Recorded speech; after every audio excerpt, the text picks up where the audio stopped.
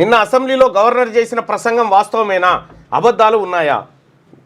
వాస్తవాలు చెప్పిండు అనుకుందాం, కానీ అబద్ధాలు చెప్పాడని 58%, వాస్తవాలు చెప్పాడని చెప్పి 42% మంది అభిప్రాయపడ్డారు.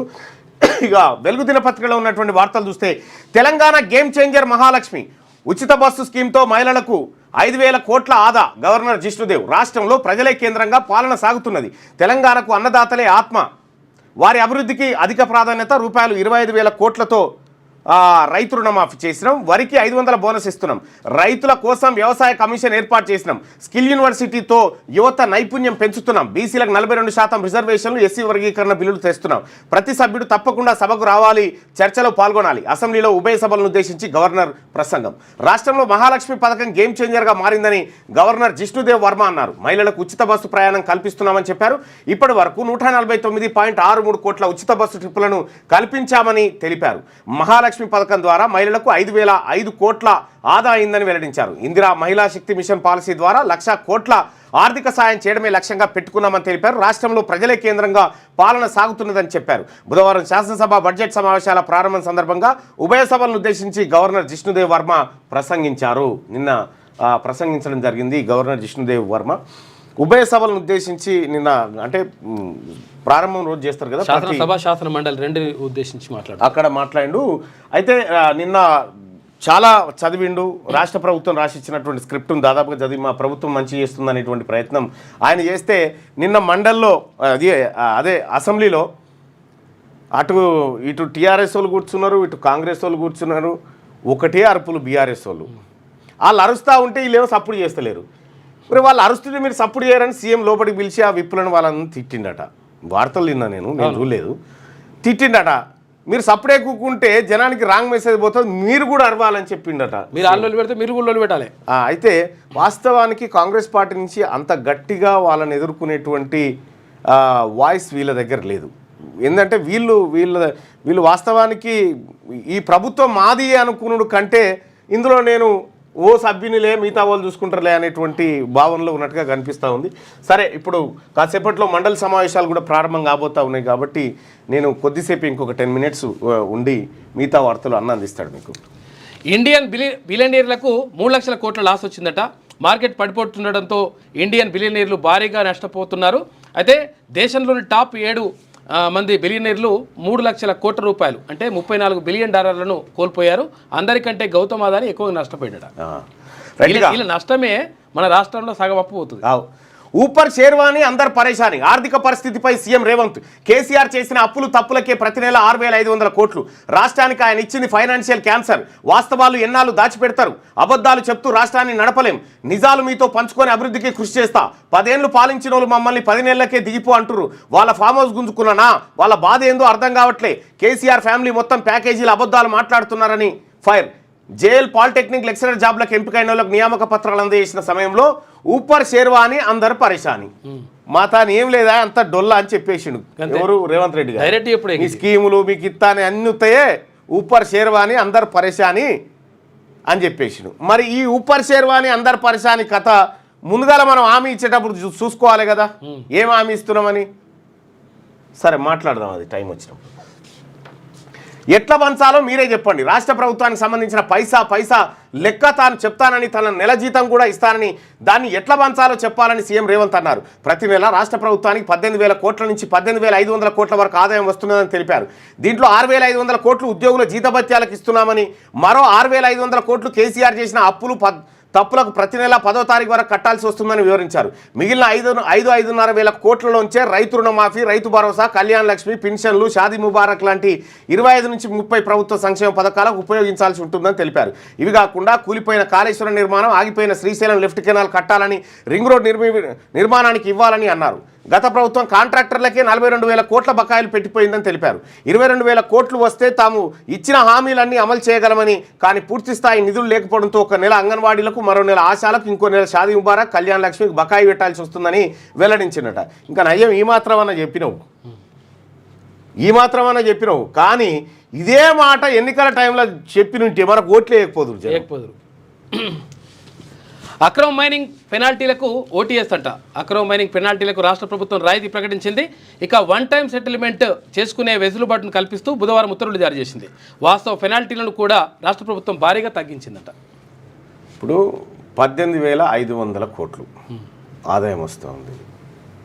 12 నెలలకు వంచు మన బడ్జెట్, మన కథ, మన లెక్క తేలిపోతుంది. 2,91,000 కోట్ల బడ్జెట్ పెట్టినాం కదా, ఎంత ఖర్చు ఎంత చేయగలిగినా మనం 2 లక్షల కోట్లు దాటలే. 2 లక్షల కోట్లు అటు ఇటు అంతే. 91,000 కోట్ల రూపాయలు ఆమ్దాని లేదు. 27 వరకు అసెంబ్లీ, 17, 18వ తేదీలో బీసీ ఎస్సీ బిల్లులకు ఆమోద ముద్ర, 19న బడ్జెట్, 24, 25, 26 తేదీల్లో బడ్జెట్ పద్దులపై చర్చ, 27న ద్రవ్య వినిమయ బిల్లు ఆమోదం తర్వాత సభ నిరవధిక వాయిదా, బీసీఏలో అధికార ప్రతిపక్ష పార్టీల నిర్ణయం. అసెంబ్లీ బడ్జెట్ సమావేశాలు ఈ నెల 27 వరకు కొనసాగనున్నాయి. 19వ తేదీన డిప్యూటీ సీఎం బట్టి విక్రమార్క అసెంబ్లీలో బడ్జెట్ ప్రవేశపెట్టనున్నారు. అసెంబ్లీలో స్పీకర్ గడ్డం ప్రసాద్ కుమార్ అధ్యక్షతన బుధవారం జరిగిన బీఎస్సీ సమావేశంలో ఈ మేరకు నిర్ణయం తీసుకున్నారు. ఈ మీటింగ్కు సీఎం రేవంత్, ప్రతిపక్ష నేత కేసీఆర్ హాజరు కావాల్సి ఉండగా ఇద్దరు అటెండ్ కాలేదు. ప్రభుత్వం తరఫున డిప్యూటీ సీఎం బట్టి విక్రమార్క, అసెంబ్లీ వ్యవహారాల మంత్రి శ్రీధర్ బాబు, మంత్రి పొన్నం ప్రభాకర్, బీర్లా ఐలయ్య, బీఆర్ఎస్ నుంచి హరీష్ రావు, వేముల ప్రశాంత్ రెడ్డి, సిపిఐ నుంచి కూనంనేని సాంబశివరావు, ఎంఐఎం నుంచి అక్బరుద్దీన్ ఓవైసీ హాజరై సమావేశాల షెడ్యూల్పై చర్చించారట. 27 తారీఖు వరకు అసెంబ్లీ నడిచేటువంటి అవకాశం ఉంది. ఇక ఇవాళ ఒకరోజు నడిస్తే ఆ తర్వాత సెలవు, ఆ తర్వాత మళ్ళా 15, 16 తేదీల్లో ఏది బీసీ బిల్లు, ఎస్సీ బిల్లు ఆమోదం జరిగేటువంటి అవకాశం ఉంది. ఇక 17 నాడు అసెంబ్లీ, 17, 18వ తేదీలో బీసీ ఎస్సీ బిల్లులకు ఆమోద ముద్ర, 19న బడ్జెట్ పెట్టే అవకాశం ఉందట. 19 నుంచి 27 వరకు సభ జరుగుతుంది అనేది నిన్న బీఎస్సీలో జరిగినటువంటి చర్చ. ఇక RRR వరకు హెచ్ఎండిఏ పరిధిని పెంచుతూ సర్కారు ఉత్తర్వులు. హెచ్ఎండిఏలోకి మరో 4 జిల్లాల్లోని 16 మండలాలు, ఇక మొత్తం 11 జిల్లాలు, 104 మండలాలు, 1355 గ్రామాలకు విస్తరించిన పరిధి. ఫ్యూచర్ సిటీ అభివృద్ధికి అథారిటీ, చైర్మన్గా సీఎం, వైస్ చైర్మన్గా మున్సిపల్ మంత్రి, రెండు ఆయనే. మున్సిపల్ చైర్మన్ ఎవరు? మున్సిపల్ మంత్రి ఎవరు ఇప్పుడు? ఓకే, ఇన్న శ్రీధర్ బాబు ఐటీ అదే. సభ్యులుగా మరో 11 మంది ఉన్నతాధికారులు. ఫ్యూచర్ సిటీలో 7 మండలాల్లోని 56 గ్రామాలు. FCDA ఏర్పాటుకు ఉత్తర్వులు జారీ చేసిన మున్సిపల్ శాఖ. పరిధిని పెంచిరు, RRR పరిధిని సర్కారు ఉత్తర్వులు. హెచ్ఎండిఏలోకి మరో 4 జిల్లాల్లోని 16 మండలాలు, మొత్తం 11 జిల్లాలు, 104 మండలాలు, 1355 గ్రామాలకు విస్తరించిన పరిధి. హెచ్ఎండిఏ పరిధిని ఇంకా పెంచిరు. హైదరాబాద్ మెట్రోపాలిటన్ డెవలప్మెంట్ అథారిటీ పరిధిని పెంచుతూ రాష్ట్ర ప్రభుత్వం కీలక నిర్ణయం తీసుకుంది. హెచ్ఎండిఏ పరిధిలోకి మరో 4 జిల్లాల్లోని 16 మండలాలను చేరుస్తూ ఉత్తర్వులు జారీ చేసింది. మహబూబ్ నగర్, వికారాబాద్, నాగర్ కర్నూలు, నల్గొండ జిల్లాలోని 16 మండలాలను హెచ్ఎండిఏ పరిధిలోకి తీసుకొచ్చింది. తాజా నిర్ణయంతో కొత్తగా 3000 చదరపు కిలోమీటర్ల భూభాగం హెచ్ఎండిఏ పరిధిలోకి చేరనుంది. కొత్తగా చేర్చిన 16 మండలాలతో కలిపి హెచ్ఎండిఏ పరిధి మొత్తం 11 జిల్లాలు, 104 మండలాలు, 1355 గ్రామాలకు పెరిగింది. ఇప్పటి వరకు 7 జిల్లాల వరకు ఉన్న ఈ పరిధిలో తాజాగా 4 జిల్లాలు చేర్చడంతో మొత్తం 11 జిల్లాలకు పెరిగింది. ORR నుంచి RRR వరకు హెచ్ఎండిఏను విస్తరించారు. హెచ్ఎండిఏ పరిధి విస్తరణతో ప్రభుత్వం చేపట్టిన మాస్టర్ ప్లాన్ అమల్లోకి రానుంది. దీంతో హైదరాబాద్ పరిధిలో విప్లవాత్మకమైన మార్పులు రానున్నాయి. 2031 మాస్టర్ ప్లాన్ ఇప్పటి వరకు అమల్లో ఉండగా దీనిని మరో 25 ఏళ్లు పొడిగించే అవకాశాలున్నాయి. హెచ్ఎండిఏ విస్తరణ పెరగడంతో భూముల రేట్లు కూడా భారీగా పెరిగే అవకాశం ఉంది. అలాగే హైదరాబాద్ సిటీ అభివృద్ధి కూడా RRR వరకు విస్తరించనుంది. గత 10 ఏళ్లుగా హైదరాబాద్ సిటీ విస్తరిస్తూ వచ్చింది. దీంతో శివార్లలోని భూములు ధరలకు లెక్కలొచ్చాయి. ప్రభుత్వ తాజా నిర్ణయంతో నగర శివార్లోని భూములు ధరలు అమాంతం పెరగబోతా ఉన్నాయంటూ ఒక వార్తను చూస్తున్నాం. హెచ్ఎండిఏ పరిధి పెరిగింది. సో ఈ పరిధిలో భూముల వాల్యుయేషన్ పెరిగేటువంటి అవకాశం ఉంది. తద్వారా పన్నులు పెంచుకోవచ్చు ప్రభుత్వం. ప్రతిపక్షాల విమర్శలను గట్టిగా తిప్పికొట్టాలి. సిఎల్పి మీటింగ్లో కాంగ్రెస్ ఎమ్మెల్యేలకు సీఎం రేవంత్ దిశానిర్దేశం. గవర్నర్ స్పీచ్కు బీఆర్ఎస్ సభ్యులు అడ్డు తలుగుతుంటే విప్పులు ఏం చేస్తున్నారు? మీరు మౌనంగా ఉంటే ప్రజల్లోకి తప్పుడు సంకేతాలు వెళ్తాయి. సభ్యులు రోజు సభకు రావాలి. అగో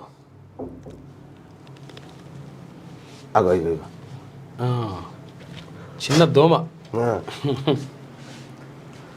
మీరు మౌనంగా ఉంటే ప్రజల్లోకి తప్పుడు సంకేతాలు వెళ్తాయి. సభ్యులు రోజు సభకు రావాలి, పట్టు ఉన్న అంశంపై మాట్లాడాలని సూచన. అసెంబ్లీ కౌన్సిల్లో ప్రతిపక్ష సభ్యులు చేసే విమర్శలను ధీటుగా తిప్పికొట్టాలని కాంగ్రెస్ ఎమ్మెల్యేలకు సీఎం రేవంత్ రెడ్డి సూచించారు. గవర్నర్ ప్రసంగిస్తున్న సమయంలో బీఆర్ఎస్ సభ్యులు ప్రభుత్వానికి వ్యతిరేకంగా నినాదాలు చేస్తుంటే సభ్యులు విప్పులు మౌనంగా ఉండటం ఏమిటని సీఎం అసహనం వ్యక్తం చేశారు. తప్పులు చేసిన వాళ్ళు సభలో న్యూసెన్స్ చేస్తుంటే ధీటుగా ప్రతిఘటించాలి కదా. ఈ విషయంలో విప్పులు పూర్తిగా విఫలమయ్యారంటూ ఆయన ఫైర్ అయ్యారు. అంటే వాస్తవానికి కూడా సబ్జెక్ట్ ఉండాలి మన దగ్గర. ఫస్ట్ ఎదుర్కొనే సబ్జెక్టు మన దగ్గర ఉండాలి. ఏ పార్టీ ఉన్నది అనేది మనం ఆత్మ పరిశీలన మాట్లాడుతుంటే మనం గట్టిగా కౌంటర్ చేయాలి సబ్జెక్టు తోటి. అదే విషయం అంటే పాక్ ట్రైన్ ఐజాక్ 346 మంది బందీలు విడుదల భద్రతా దళాల ఆపరేషన్లో 33 మంది మిలిటెంట్లు హతం 21 మంది ప్రయాణికులు 4 సైనికులు మృతి ముగిసిన రెస్క్యూ రైలు హైజాక్ వీడియోను రిలీజ్ చేసిన బలూచ్ లిబరేషన్ ఆర్మీ అక్కడ ఏం జరిగింది చూడ్రి మన దగ్గర మనం ఒకసారి కాందార్లో విమానం హైజాక్ చేసారు మనది ఎయిర్ ఇండియా విమానాన్ని హైజాక్ చేసి కాందార్ పట్టుకపోయారు కాందార్ పట్టుకపోతే ఇక్కడ ఉన్నటువంటి ఎవరైతే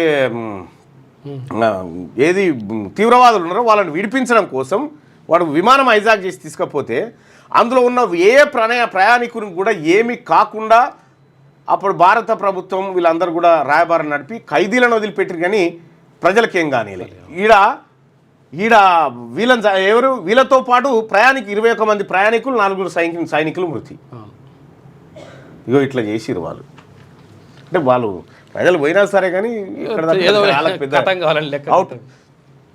ఏఐతో 3 నెలల్లో 2000 మంది ఉద్యోగులను తొలగించిన ఐటీ కంపెనీలు ఐటీ ఉద్యోగుల పని అయిపోతా ఉందట ఏఐ తోటి కాల్పుల విరమణకు ఉక్రెయిన్ ఓకే ఇక జెడ్డాతో అమెరికాలో చర్చలు సఫలం 30 రోజులు సీజ్ ఫైర్కు అంగీకరించిన ఉక్రెయిన్ ఇప్పుడు బంతి రష్యా కోర్టులో ఉందన్న అమెరికా పుతిన్ కూడా ఓకే అంటారని భావిస్తున్న ట్రంప్ పుతిన్ త్వరలోనే మాట్లాడుకుంటారన్న రష్యా ఇక స్టీల్ అల్యూమినియం పై ఇక్కడ వీళ్ళ మైలపోలంతో దాకా కొట్టుకునే తాక చూసిండు తమాషా అమెరికా కరెక్టే వీళ్ళు బలహీనులు కాగానే ఊకోరు అని చెప్తున్నాడు రష్యా మొత్తం కూడా మా సైనికులంతా చచ్చిపోయారు తర్వాత మొత్తం మందుగుండు సామాగ్రి అంతా అయిపోయింది ఇక్కడ ఉక్రెయిన్ పని అయిపోయింది ఉక్రెయిన్ అయ్యా దేవుడా నువ్వే నాకు దిక్కు అని చెప్పేసి పోతే అప్పుడు ఇద్దరి పని అయిపోయింది కాబట్టి స్టీలు అల్యూమినియం పై 20% టారిఫ్లు ప్రకటించిన America president Trump Canada Mexico Brazil పై భారీగా ఎఫెక్ట్ చైనా ఇండియాలపై స్వల్ప ప్రభావం చూపేటువంటి అవకాశం ఉందట స్టీలు అల్యూమినియం పై 20% టారిఫ్లట సో ఇది వెలుగు దినపత్రికలో ఉన్నటువంటి వార్తలు ప్రజలారా నేను అక్కడ దానికి పోవాల్సినటువంటి మండలికి పోవాల్సినటువంటి అవసరం ఉంది కాబట్టి